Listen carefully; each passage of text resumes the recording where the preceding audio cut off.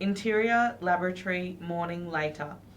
Al and Derek stand next to the scientist. Female, 50s, short white coat. The scientist looks back into the microscope and shakes her head. Couldn't believe it at first. The water contains heavy evidence of uranium. That makes sense. And the yellow powder? Uranium powder, as you suspected. Exterior outside laboratory morning.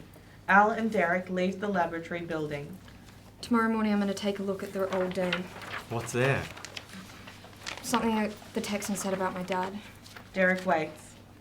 He has to be there. I'll come with you. Al agrees. Interior legal firm boardroom afternoon. Jill and Meg are seated next to each other and look at Al on the big screen. How are you holding up? The game's not over yet, and I've still got enough stamina to cross the finishing line. Jill squeezes Meg's hand. Let's get to it then. The picture with the 4 of them. We know who 2 of them are, but we're still trying to find out about the other 2. I spoke to the Dallas office, and they should have an answer soon. They're checking the passports you sent. Jill, puzzled, looks at Meg. We're in very dangerous territory. You've got to watch your back every step of the way. We'll move as quick as we can this end. Thanks, Jill. That video of the poker game isn't enough for a conviction. Good news is the police commissioner's very interested. What was the Texan saying about you joining your dad?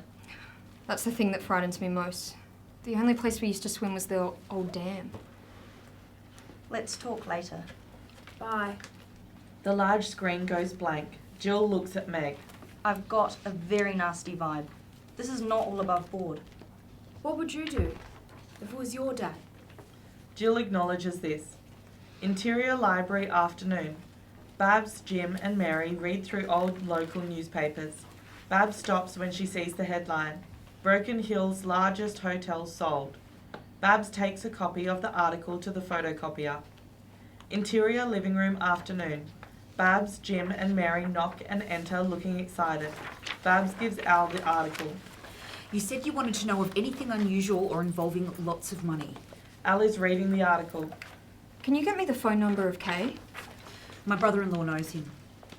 Babs goes over to a nearby chair and takes out her phone. Al puts her phone to her ear. Hi. I'd like you to give me a quick search on a company called Jaybird Proprietary Limited. Cool. Thanks. Babs places a piece of paper in front of Al with a phone number on it.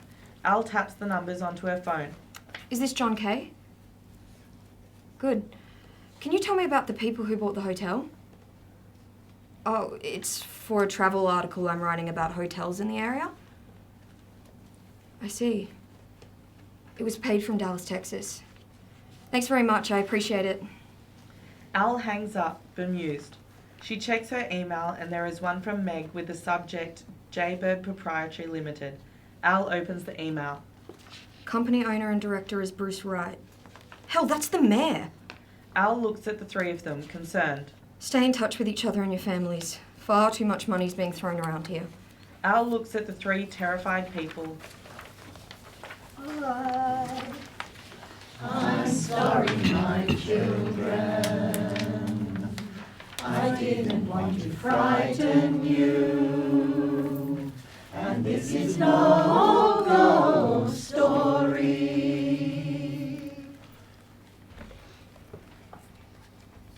Interior living room evening. Al has Anna on her laptop screen. Take care. Love you, Auntie Al. Love you back. Al closes the laptop and looks at some pictures on the wall. There is one of her dad, mum, brother, and her having a picnic at the old dam. She and her brother wear bathers. Al is focused on the picture as her eyes start to moisten. Interior boardroom Dallas day. The 3 men in suits are seated around the table looking at Jake on the big screen. We've got costumes covered this end. What's happening your end? There appears to be 1 or 2 niggling problems. I assume they're nothing you can't handle. Oh, I can take care of them real easy. I had someone check on your kids. They're doing just fine, real fine. Make sure you keep on pumping out that powder. Get me out of this fucking place soon. Right? You made enough out of me to last a lifetime. I'm coming home. Do that and there'll be jail time and no kids. Got it? Interior bedroom night. Jake closes the laptop lid, tapping the top of it nervously. He picks up a photo from the bedside table and looks at the photo of a little boy and girl. Exterior old dam morning. Al wears a t-shirt, jeans and sandals, walks with Derek along the perimeter of the dam. They stop to check out their surrounds, then continue. Al sees something and begins to race forward. What's up? Near a bush, Al finds a baseball cap. Derek catches up with her. This is Dad's. He's here. Al turns and looks at the dam. They both move towards the edge. Are you sure you want to do this? Al slips off her sandals, t-shirt and jeans and is now standing in underwear. She wades into the dam and trembles with fear. After about 2 meters, she sinks into the deep water. She quickly resurfaces and catches her breath. She takes a large gulp of air, then dives below the surface. Exterior, underwater at dam morning. Al swims downward. Near the bottom, she sees the 2 bodies, one lying on top of the other, with heavy chains wrapped around them. Al turns the top body and it rolls face up. Ben's still wearing a bandage around his head, and Maggie. They are face up with bullet holes in their foreheads. Al tries to scream and starts to swallow water. Exterior, old dam morning. The still water is suddenly broken and Al's head appears. Dad! Dad! Angrily, she punches the surface of the water, then starts to make her way to the shore, sobbing. Derek rushes in to meet Al as the water is waist high. They grab each other and both shake and cry.